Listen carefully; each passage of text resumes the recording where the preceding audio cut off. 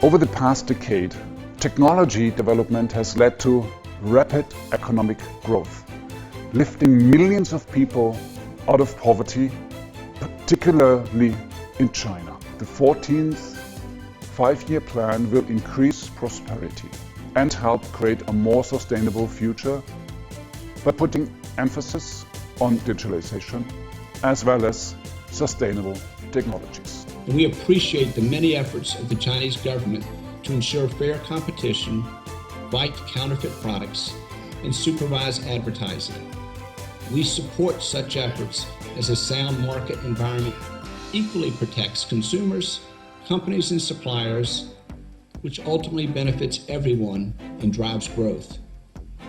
Technology is also driving market growth and consumption. The latest technology is extensively used in the consumer products sector to understand consumer trends and develop new products. There is no doubt that the potential of the Chinese market will be further realized with the continued development and application of science and technology, which we see as highly prioritized in China's 14th Five-Year Plan.